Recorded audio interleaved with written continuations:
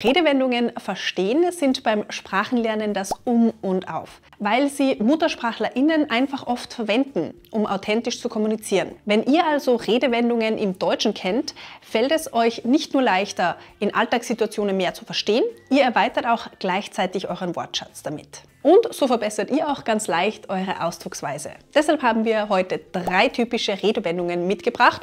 Und weil es auf unserem Kanal um Dialekte in Österreich geht, lernt ihr natürlich, wie diese 3 Redewendungen im Dialekt klingen. Los geht's! Grüß euch! Wir sind Nati und Verena aus Salzburg. Bei uns dreht sich alles um das Deutsch und das Leben in Österreich. Wir begleiten euch von eurem ersten Kontakt mit dem Dialekt bis hin zum Moment, wo Gespräche verstehen kein Problem mehr ist. Auf dieser tollen Website findet ihr ganz viele typische Redewendungen im Deutschen. Schaut gern vorbei, wenn euch das näher interessiert. Der Link ist unten in der Videobeschreibung. Die erste Redewendung, die wir uns ausgesucht haben, ist das Handtuch werfen.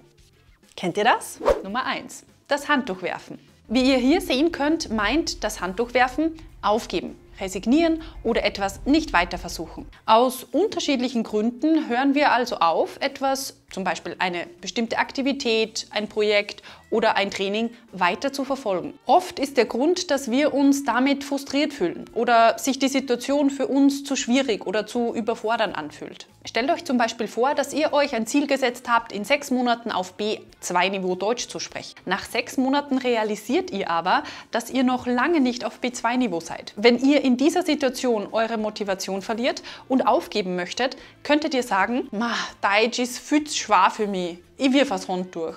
Wir motivieren euch aber, geduldig beim Sprachenlernen zu sein, denn das geht einfach nicht von heute auf morgen. Ihr braucht viel Zeit, Übung und Wiederholung und vor allem auch Geduld. Werft also nicht gleich das Handtuch, wenn es mal nicht so schnell geht. Übrigens, wusstet ihr, dass die Redewendung das Handtuchwerfen aus dem Boxsport kommt? Da ist es nämlich üblich, dass man ein Handtuch in den Ring wirft, um den Kampf abzubrechen. Wenn ein Boxer merkt, dass er seinem Gegner chancenlos unterlegen ist, kann der Kampf beendet werden, indem der Trainer das Handtuch in den Ring wirft. Hier noch 3 andere Beispiele mit der Redewendung. Hast du schon gehört?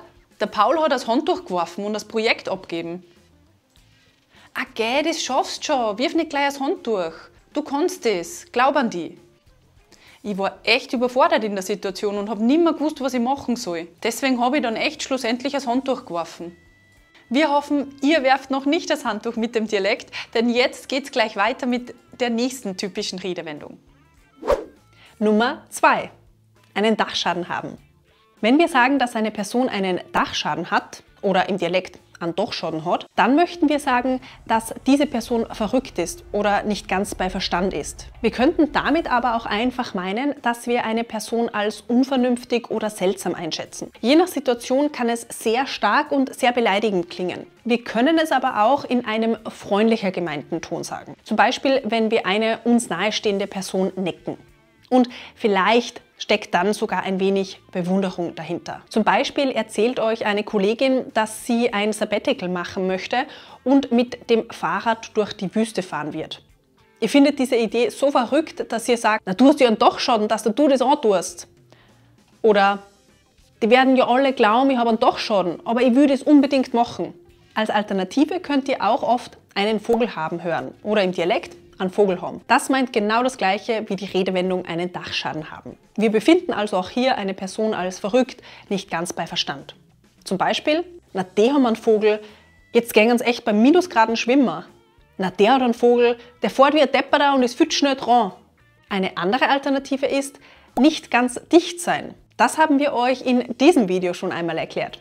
Übrigens, wahrscheinlich kommt diese Redewendung daher, dass wir das Dach eines Hauses oder Gebäudes mit dem Kopf oder Verstand eines Menschen gleichsetzen. Ein Schaden im Dach ist also im übertragenen Sinn ein Schaden im Verstand eines Menschen. Ganz wichtig, wenn wir diese Redewendung verwenden, geht es aber nicht um psychische Erkrankungen, sondern um eine humorvolle, manchmal auch spöttische Beschreibung von ungewöhnlichem Verhalten. Also, jetzt kennen wir schon einen Dachschaden haben und das Handtuch werfen. Wisst ihr auch, was für die Katz sein bedeutet? Nummer 3. Für die Katz sein.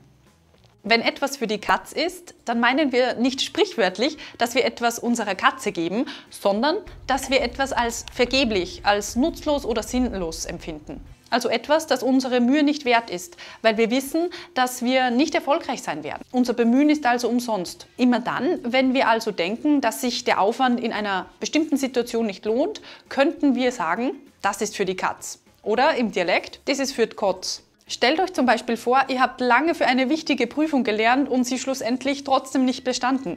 Dann könntet ihr sagen, jetzt habe ich so viel gelernt für die Prüfung und das hat trotzdem nicht gereicht. Das war alles für die Kotz. Wie war das Meeting heute?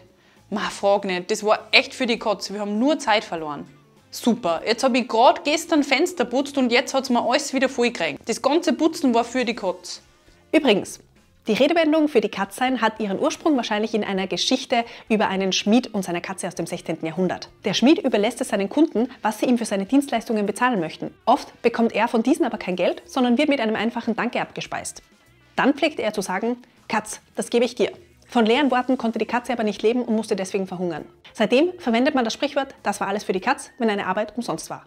Wir hoffen, dass das Video für euch halt nicht für die Kotz war. Schreibt uns jetzt gleich eure Beispielsätze mit den Redewendungen von heute unten in die Kommentare. Wir freuen uns über eure Beispiele. Danke, dass ihr auch heute wieder mit dabei wart. Wenn ihr möchtet, sehen wir uns nächsten Samstag wieder zu einem neuen Video. Bis dahin, wie immer nicht vergessen, gemeinsam macht Deutsch und Dialekt in Österreich doppelt so viel Spaß. Redewendung 3, nicht ganz dicht sein. Was heißt nicht ganz dicht sein? A, nicht gut isoliert sein. B, verrückt sein. C, sich vernünftig verhalten.